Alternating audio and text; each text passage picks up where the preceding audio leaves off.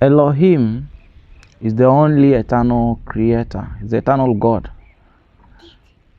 God that existed by himself is the only God that was not created.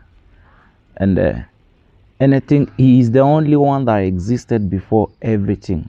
So that's what makes him to be an eternal God. He existed before and he will be there. He doesn't have an end. And at the creation account, him, by his own sovereign will, decided to create plants, gave them plant life. He created animal and put the animal life. He also created man, and he gave man a different life that is not like that of animals and plants. The life that man was given was the very life that God had.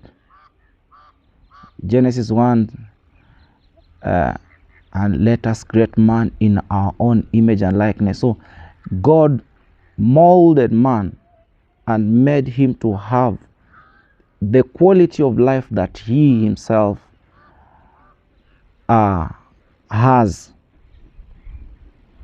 And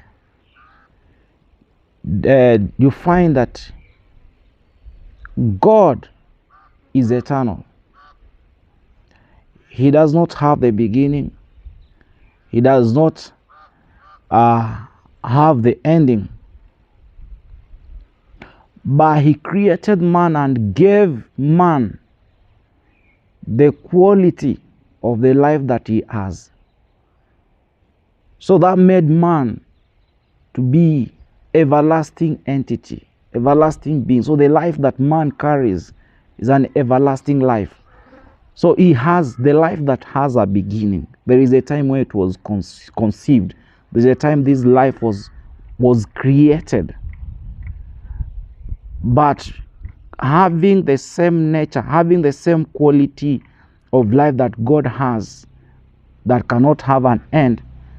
So he also joined into the class of being that does not have ending. But the difference is man, his own life has a start. Not like God, who does not have a start and the beginning, because it says in the beginning was the Word, and the Word was with God, and the Word was God. So in the beginning, it means at that time of the beginning, God existed. So it means time for him, he has no beginning. And in the world of man, so that is one thing we celebrate a lot. We find people, they celebrate their birthdays. Find people celebrate their lives. And he placed a prime value on human life. Amongst the instruction documented in the commandments that he gave Moses, he said that you shall not kill. So, because of the value of this life, because of its quality, no man is permitted to take this life. Not even man himself. It was given unto you, but you lack the capacity to take it away. Because when you take it away, we call it suicide, which is also forbidden. No man is permitted to commit suicide. So this life, it cannot be taken away. It's so valuable that cannot be taken away. So important that when a child is conceived, we celebrate. When a child is born, we rejoice. This is one of the things that even if unless if you are influenced by demons, but no matter how there is misagreement, or maybe there has been crisis between families or between people, things that bring people together is always birth. No matter how it is, you have to celebrate birth.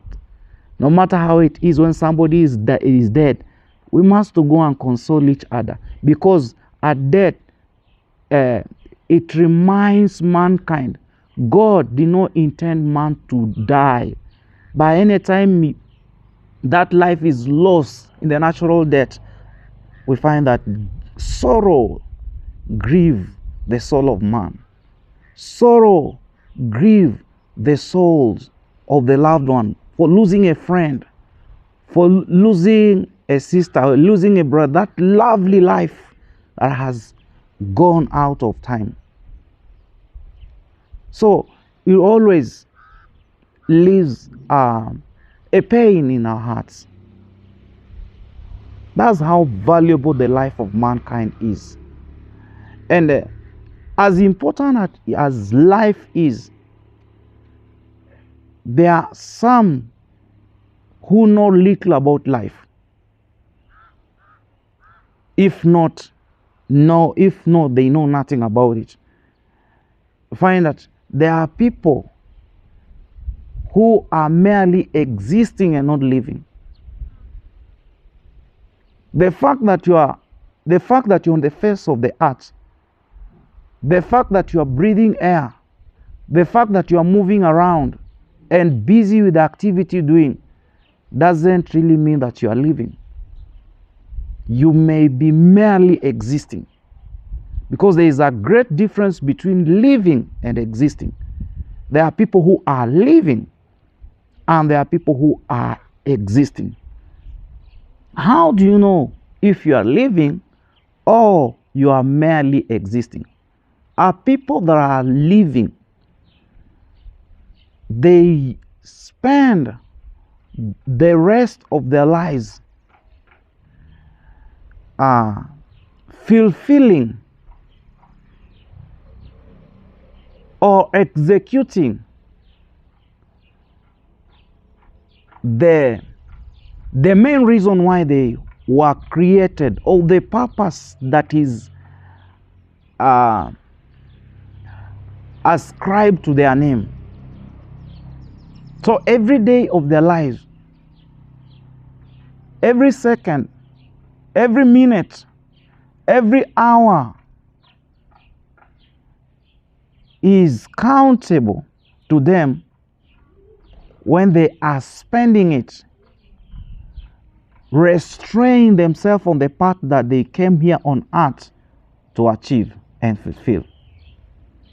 And Apostle Paul, one of the greatest man ever lived, in the book of Acts and chapter number 20,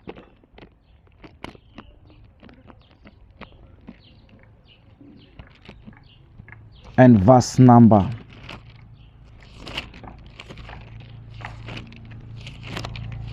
24.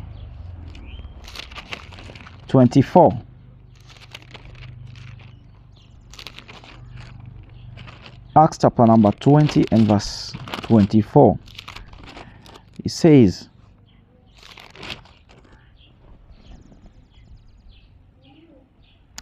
"But none of these things move me,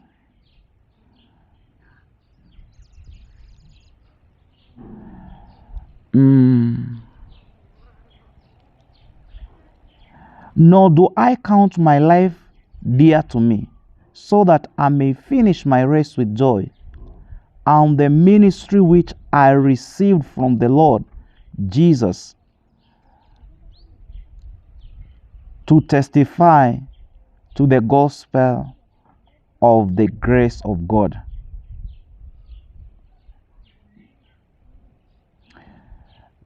Let's get the same book in a different translation. I love the way Living Translation, Living Bible, the way it has rendered it.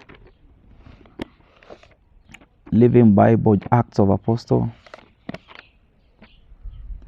chapter number 20.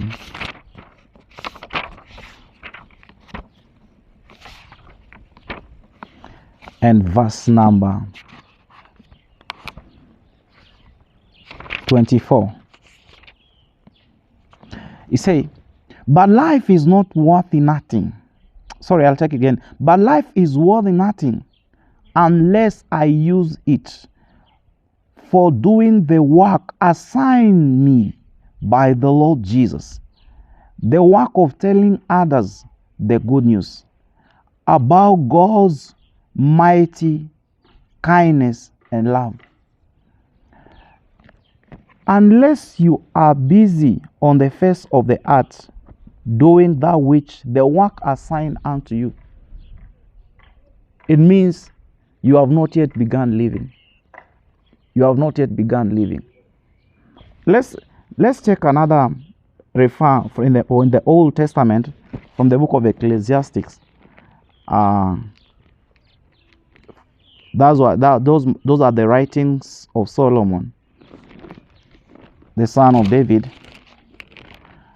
Ecclesiastes chapter number 3 and verse 10. 3 and verse 10. Let's begin from verse 9. Say, what profit has the worker from that in which he labors? Verse 10. I have seen the God-given task with which the sons of men are to be occupied. I have seen the God-given task with which the sons of men are to be occupied. He has made everything beautiful in his time, and also has put eternity in their hearts, except that no one can find out the work that God does from the beginning to an end. There is something so striking that Apostle is talking about here. Apostle say that he has found, I have seen a God-given task. I have seen a God-given task. So a God-given task is only accessed by revelation. And better are you if you can first see that God-given task before you can pursue your career. If you can know that God-given task before you can do anything. In other words, the life that is lived on earth is a life that is being spent daily fulfilling and executing a God-given task here on earth.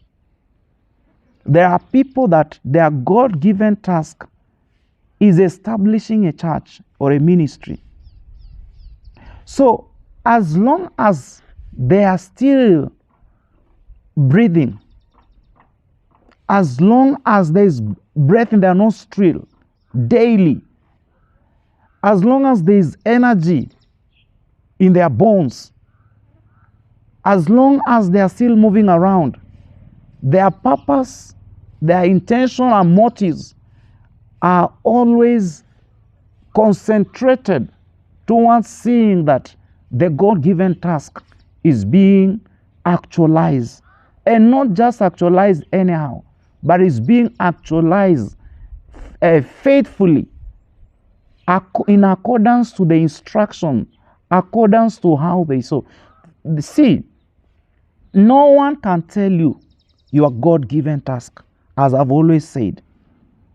We read Apostle Paul said that his life is worthy nothing, is worthless, unless he spent it fulfilling the assignment, the God-given assignment to him. How did it happen? No one told him. It was let's check in the same book of Acts, Acts of Apostle, chapter number 22.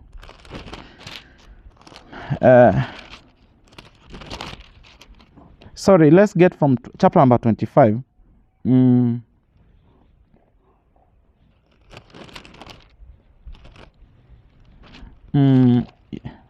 26. Let's get from verse 12. While thus occupied, as I journeyed to Damascus with authority and commission from the chief priests, at midday, okay, he was giving an account what happened when he was he had already gotten the authority from the Sanhedrin to go and increase the magnitude of persecution in the church. And now he had received the liberty, or he has been given the go ahead to do his destruction, not only Jerusalem, but he was extending out to Damascus. So it means he had gone internationally. As long as you are Christian anywhere, he was supposed to come and persecute you. He can kill, destroy, and all that he will see best at his will. Now he was recounting here before the court. He was saying, at the midday, O king, along the road, I saw a light from heaven, brighter than the sun, shining around me and those who journeyed with me. And when we all had fallen to the ground, I heard a voice speaking to me and saying in the Hebrew language, Saul, Saul, why are you persecuting me? It is hard for you to kick against the gods. So I said, who are you, Lord? And he said, I am Jesus whom you are persecuting. But arise and stand on your feet, for I have appeared to you for this purpose. Now he's showing the reason for what has happened. He said, I have appeared to you for this purpose, to make you a minister and a witness both of the things which you have seen and of the things which are yet, and the things which I will yet reveal to you. So the purpose of that visitation was that Paul